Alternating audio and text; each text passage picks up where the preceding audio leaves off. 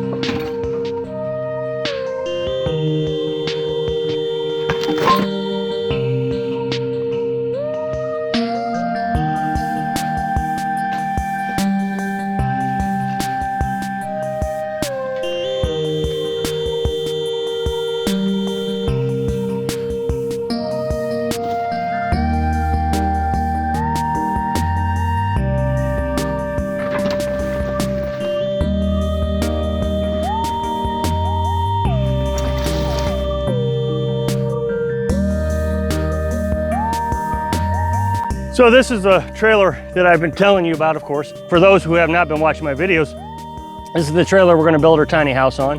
We're gonna build it up there, 16 feet back. And the rest of this, we'll have some that is a porch. I probably another 16 that has the potential to have a porch, I should say. Not sure if we'll put a porch there. We're still thinking about all that. And then the rest of this, we're gonna scrap out. As I've said before, the property line sits right where the trailer sits at the end. And back in 2004, prior to 2004, you could park your house next to the property line. After 2004, they outlawed that. So just so I don't cause any issues with the county, we're going to trim this up and we'll sell the scrap metal of this trailer here.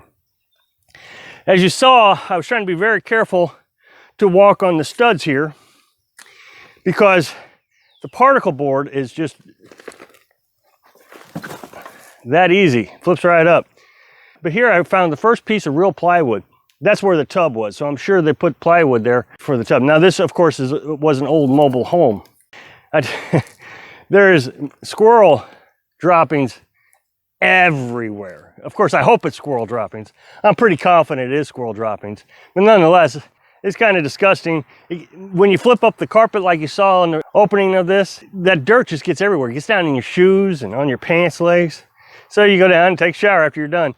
Of course, I wear gloves. Gotta wear gloves. But we're almost finished. Moving right along. I remember when we were looking for property, not that long ago, what is it, about 3 months ago now? We came up here from Texas because we really thought we found a great bargain on 10 acres. It didn't turn out very well. It was going to need a lot of work so we could live on it, a lot of work. We just didn't want to invest that kind of money. So we kept looking, and it was one disappointment after another disappointment after another disappointment. Well, we got here, we walked down, and they said they had a well. Now, the well is right here, but there was so much junk laying around it that when we first walked on the property, we didn't see it.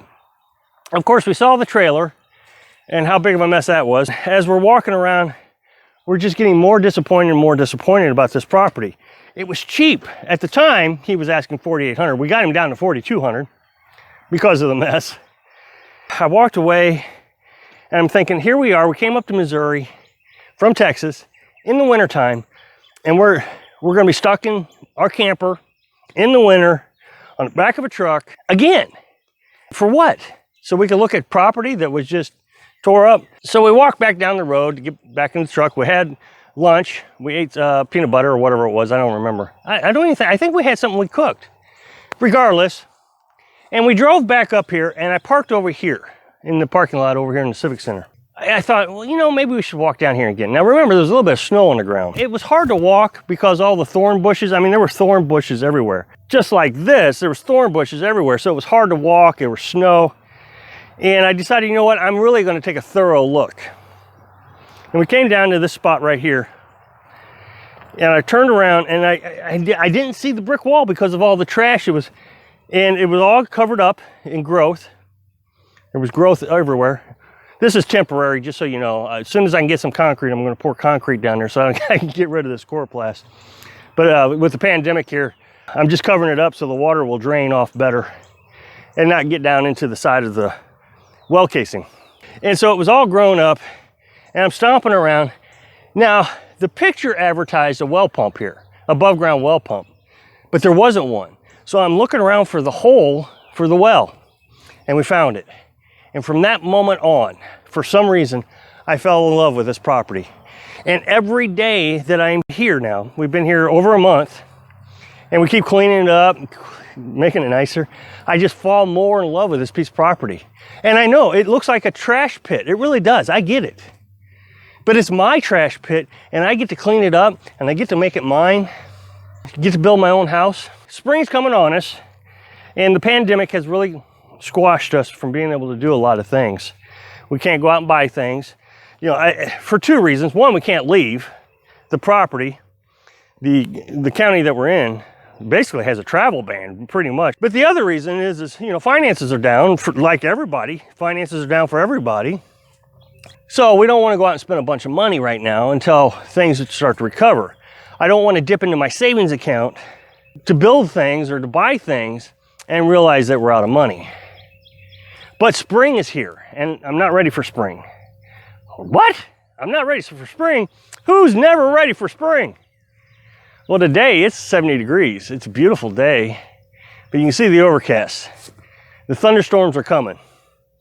I don't expect that we'll have any bad weather today, but it's coming. I mean, bad weather comes. Missouri is just right in that zone. Now, it really amazes me how many people are scared of Missouri. You can't be in Missouri, that's dangerous weather. Well, there's millions of people who live in the state and we all deal with it. It's dangerous everywhere. But it's just part of the life. You know, you live somewhere, you have to live, and there's dangers. So tonight, it's supposed to get down to 32 degrees. That's when things get dangerous. Now, what's causing it to drop so fast is this is south, and in front of me here is north. So right now I can feel a southern breeze. It's coming from the south, but it's going to shift. And tonight at 4 o'clock, it's going to shift from the south to from the north.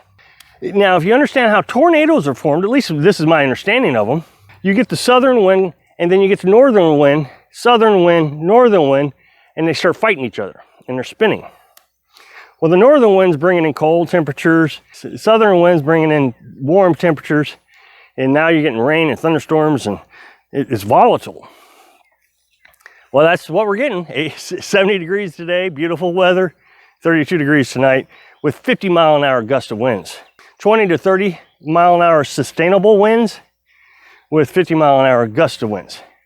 Well, I'm not ready. I've got the camper strapped down the best I can. I used fence post to strap it down. I drove fence post into the ground. I did this a while back. I got one on the other side, and I just took a tie-down strap and I strapped it down. I used to do that with our pop-up camper. Anytime I get a strong wind, you know, the pop-up camper could only handle about 45-mile-an-hour winds with the canopy up. Well, I would take a strap to each corner of the pop-up and I'd tie it to a tree. This is the same idea. This has already done pretty good in high winds. This will be the highest wind, but I don't suspect we'll have too many problems. So that's the most prepared I am for bad weather. Now, as you can see, I still got tarps. Well, I was gonna buy coroplast or plywood or something, and I was gonna actually build that in with doors and everything. I wanted to have that already done before spring got here. But of course, again, can't buy anything, can't go out and get anything. The other thing I'm concerned about is solar panels. 50-mile-an-hour winds coming from this direction, so I'm going to lay that down. Now, I also wanted to get a piece of plywood or coroplast or something, so if it hails, I could just lay that plywood or coroplast right on top of it, because that will shatter the solar panels. So in the meantime, I'm just going to get some 2x4s and things and just lay them as well as I can over the solar panels and lay it down. I don't think we're going to have any hail today, so I'm not a big concern about hail, but the wind is. So I got to get things picked up or we're going to be flying away. Thanks for watching.